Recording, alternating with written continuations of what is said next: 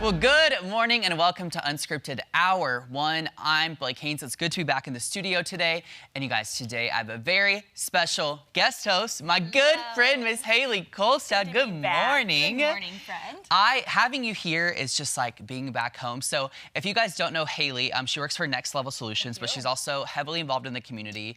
And last year, when we were in kind of our lull period on Ozarks Live, where we were having a lot of guest hosts, Haley stepped in a lot. So you were here a lot of the time, but a little bit later in the day, not so much early in the morning. I know when I was driving to work this morning, I said, Blake, I was like, wow, I just really do love you, because it's even earlier than when I go to work. Yeah, no, I get it. Listen, I've talked about this a lot since moving to the morning shift, but every morning that I have to wake up this early, I'm like, oh, question all my life decisions. So, and it's not even that I make that many bad ones during the week, but it's just like not for me. So, but anyway, how's life been? What's new for you? It's been good, you know, kind of just rocking and rolling. We're starting a lot with, like you said, Cattle Barons Ball is coming up, and so we're really getting heavily involved in that. And, you know, it's summertime, so just soaking up all the sunshine we can, like the heat wave thing. Yeah, I love it. The only place you can be is in the pool, or at least probably in the pool, because that's it's so hot. Yeah, I just go to the pool and read my book the whole time. No, listen, I get it. I told Jory yesterday, I was like, I'm at the point in the year where we're either going to be in the pool or inside. I'm not just going to be outside for fun. Like, that's a crazy thought right now. Yeah, Kevin's like waking up at like 7 a.m., you know, to mow the grass before it gets bad. But you have to. He like will go outside and play golf the whole day, and I'm like, that's a choice. I love myself. Yeah, yeah, exactly. Yeah, no, that could not be for me. Okay, so you mentioned Cattle Barons Ball. So we talked about that a lot, especially in the morning. But if people are tuning in for the first time, kind of tell them what Cattle Barons Ball is. Yeah, it's our largest fundraiser for the American Cancer Society here locally, and our goal this year is to raise $1 million, and so we're super excited about it. It's a one-night event on a Saturday. A lot of people come. We have about 800 people come, and we have different sponsors and a live band and great food from vendors all around. Great, amazing auction, and it's truly one of the best nights that's here in the Ozarks every fall. I think I agree. You really can't beat it. I was lucky enough to host it 2 years ago, and then last year I was on Haley's committee helping out with some sponsorships. So it's a really cool event. I drag my husband to a lot of events, and he's like, I think this is the one I actually get excited to go to. This one's fine. This one's like actually really fun. I think even if you didn't drag me here, I would drag you there. I think that's super fair. I also just want to take a quick moment to say, and we'll be talking about this more next week, so I don't want to put too much time on it, but a week ago, I announced that my last day is next Wednesday, and I just wanted to say thank you so much to all the viewers, because I got a lot of really, really incredibly kind messages last week after I announced it. You know, it's always kind of, I was thinking about this morning, it's always kind of weird sharing, you know, your life with the world in a sense, but even more so it's weird kind of feeling like you have to share those life updates, because like we've taken you all along on our journeys, right? And so it's very nerve-wracking to share big, exciting information like that. And so I was definitely nervous, but a lot of you viewers sent me really incredible messages, got a lot of kind comments, and so that gave me a lot of encouragement that I really, really appreciated. I've taken that with me through the last week, and I've got a week left, so I'm really excited. I've got Haley in today, I've got another guest host in with me on Friday, and then a couple more shows next week. So I'm excited. It's just really fun. And it's crazy because you've dealt with a lot of change too in your life, and like change can be so scary, but it's so exciting at the same time. You know, it is hard, but when you look back after you've gone through the new season, it's like, oh, okay, it was meant to be, you know, and it all worked out. And so I think, you know. Well, and like having such a deep appreciation for like what you've gone through, I guess, in that season, right? Like my time here has been, and I said this last week pretty extensively, but like nothing short of incredible. Like I'm leaving here with nothing but love. I've had so many cool experiences. It's funny because like once you start to kind of actually reality hits that this is what's happening, and you really start to reflect. And I've been thinking so much the last week on like everything I've done here, and every day just like something new and random comes up, and it's just crazy. And even today, like we're having some guests on the show that I've never, you know, gotten a chance to interview with, but then there's some people that have been on here 1,000 times, and it's like that's the beauty of what we do, is we meet new people all the time, but we also build incredible relationships. So it's just really special. So okay, well Haley, we're gonna move into some headlines. What do you think? Let's do it. Okay, so first up, this one is pretty funny. Haley and I both got a giggle out of this one. So all right, summertime is festival season, as a lot of us go and enjoy, but who doesn't like to have a good time? Well, here is the question. Does drinking in the sun get you drunk faster? Who's to say? Yeah. Well, doctors say that drinking in the heat can cause extra sweating, which can lead to dehydration, which I feel like actually, makes a lot of sense.